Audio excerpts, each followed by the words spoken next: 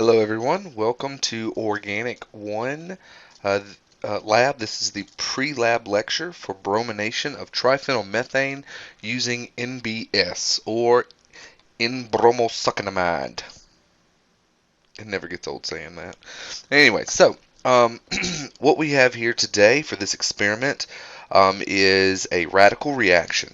You will radically brominate. You're going to do a substitution where, in essence, in this triphenylmethane, you're going to see substituting a hydrogen for a bromine, right, via a radical reaction. And so you're seeing something very similar to kind of this allylic structure radical reaction with NBS. Now, this isn't the full story because, as you may recall from lecture or not, radical reactions actually have three basic steps: an initiation, a propagation, and a termination. And so there's a lot of steps that are missing here, right? But this is kind of the gist of everything that's going on, right? You would expect a 1-to-1 mole ratio of alkyne or starting material to a 1-to-1 ratio of your brominated product, and vice versa. 1 mole of NBS would yield 1 mole of that product, right? So 1-to-1 versus 1-to-1, all right?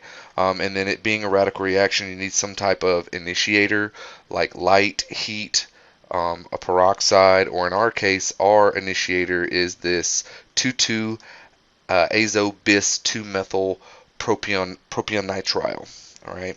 Now, some things to recognize here. You may be familiar with, in the past, we could radically brominate with something as simple as Br2, but why do we not do that here? Well, the reason we don't do that, whenever we have a pi bond present and we want to do a substitution, replace a hydrogen, so in here, replace a hydrogen that's on this carbon with a bromine. If you want to do that via a radical reaction, which it's the best way to do it, you have to have very low concentrations of Br2. Well, a lot of times when you're preparing your Br2 solution, it's not very easy to get low concentrations. And so what winds up happening is kind of this side reaction that you don't want. This what winds up happening with Br2, it can readily do an addition reaction across the pi bond to where you can see here you have an addition dibrominated product. So NBS right here will actually slowly degrade to Br2, so it gives us that low concentration so that we can do this radical substitution reaction. All right, and so as I said before, we do have the three steps: an initiation step, a propagation step, and a termination step. So big thing here, in an initiation, what does it generically look like? All right, I'm not even paying attention to the arrows just yet. In an initiation, what does it look like? Well, if you notice on the reactant side, no radicals. If you look on the product side, nothing but radicals. Indicative of an initiation. And what is the exact opposite of an initiation step? A termination step, right? Reactants, nothing but radicals. Product, nothing but non-radicals. And then a propagation, it falls in between those, where you see a radical and a non-radical, and you see at least one radical over on the product side. Now, technically, what's been happening in this addition step right here, 2 became 1, so but it is a propagation because you have a radical on both the reactant and the product side, so that's considered propagation. Some safety information. Now the MSDS that's posted in the module has a lot more information about this, but NBS and your initiator, the azobis, all that stuff, shortened for AIBN, is kept in the refrigerator, so you do want to be careful. It does degrade quite rapidly at room temperature, so well, not rapidly, but it degrades over time, and so keeping it in the refrigerator will kind of stall that out. All right, now some things I kind of wanted to make sure that I focused on. Well, hang on before I get to that. Another thing in your procedure requires the combination of our clipware, our glassware, to where you can see a round bottom flask connected to a condenser, which is then connected with a drying tube on the top. This is your standard basic refluxing apparatus. All right, so all that's happening here in this reflux is that you're going to boil the solution that's in the round bottom flask. All right, so it's boiling, which means it's creating vapors. right? And then what happens, the vapors will travel up here into the condenser. This condenser has water circulating around it, so it's very cool. So what winds up happening is it condenses the vapors back down into a solution, so back down into the round bottom flask in solution. And so what this does is this just keeps us from losing any material. All right, if you reflux too rapidly, you will force the vapor to escape quicker than it can condense. So you do have to be mindful of that in a lot of situations. Uh, and then kind of another thing I want to talk about in terms of waste, because you need to get used to waste disposal. But when you look at look at waste, the types of waste that you can be generating here would be aqueous waste. And so remember, for aqueous waste, we have both acidic and basic aqueous waste. So in order to make that determination, you can just pH test it. Use one of those litmus strips, the pH strips, and you can determine if it's an acidic or basic aqueous waste. And then we also have halogenated organic waste, but specifically not just halogenated, we also have a special category for bromine, brominated organic waste. And so that's a great place to look anytime you're ever in doubt. All right, and then solid waste will go into the originally, first off, it's going to go into a Ziploc bag, and then your TA will eventually put it into the solid waste bucket at the end of the experiment. Now, another side note here is you are working with bromine in this reaction, so all glassware first needs to be washed with soap and water. Okay, do not start trying to clean it with acetone.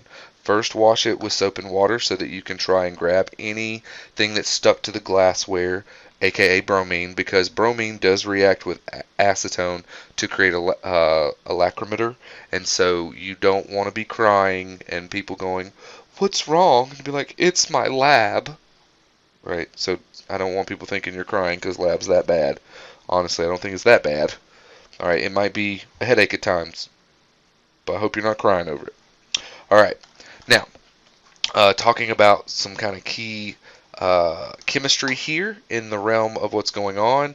The initiator that you're working with is this AIBN. That's our radical initiator, and it looks like it has this generic structure here. So you can see that there's these two nitrogens that have a double bond in the middle of the molecule. And then what winds up happening in the presence of heat is that you will actually break on either side of these nitrogens. So here you'll break homolytically this carbon-nitrogen bond so that one electron in the bond goes to the carbon and the other can help form an additional pi bond here. And the same happens over here. You notice there's symmetry in this molecule, right? Both the left and right sides look the same. So what happened on this side is going to happen on that side as well. Okay, and do pay attention. I'm using these fishhook arrows, these half-headed arrows, right? So this isn't a polar reaction, this is a radical reaction. And so that's why you see over here, I do create these two radicals, as well as nitrogen gas.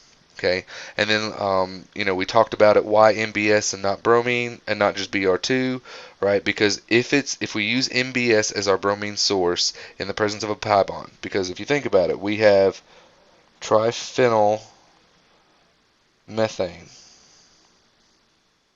Okay.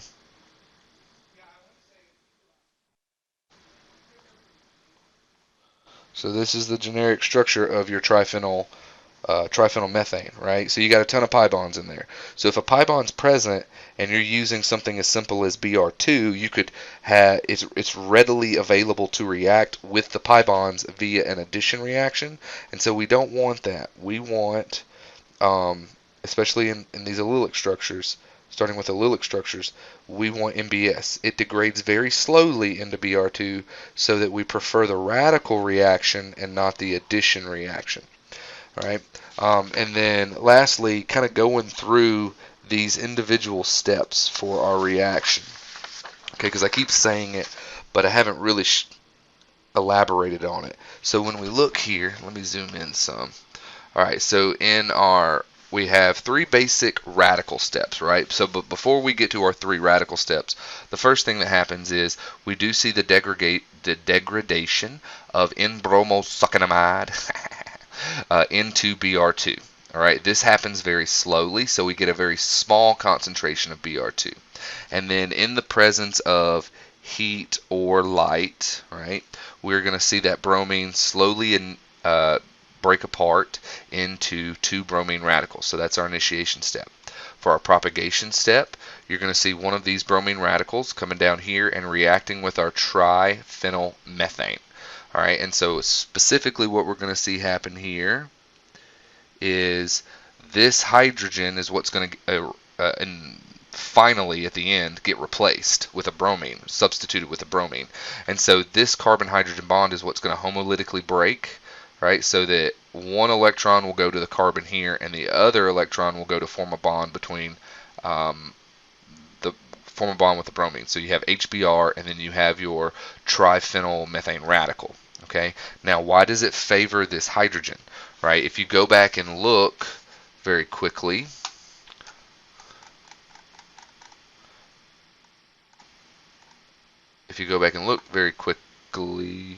that's a hard one. All right, when you have this allylic structure, right, it favors the allylic carbon when it turns into a radical.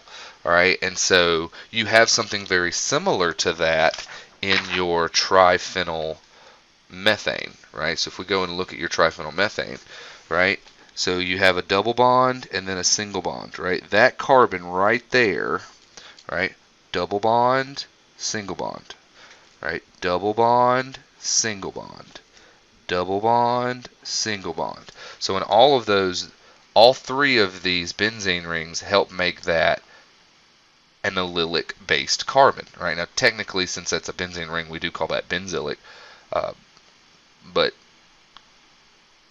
what you're seeing a lot of is allylic. So I'm going to, for right now, just call that synonymous with one another. All right, so you have this allylic based carbon right here, and so that's why that hydrogen that's there is going to be optimal to replace with a bromine. All right, and so anyway, so we create in our propagation step, we've went from a bromine radical to our triphenylmethane radical.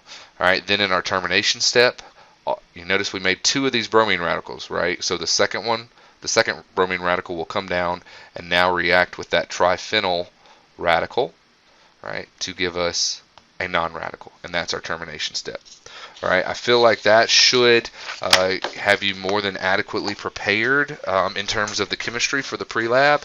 Now, one thing you do want to do, you want to make sure that you go through and you kind of understand a lot of what's going on in this procedure. All right, what are some of the things that's happening?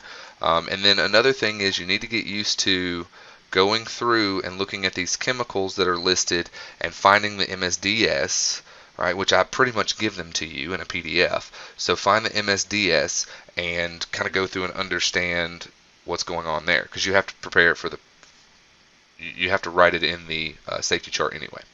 All right, well, good luck.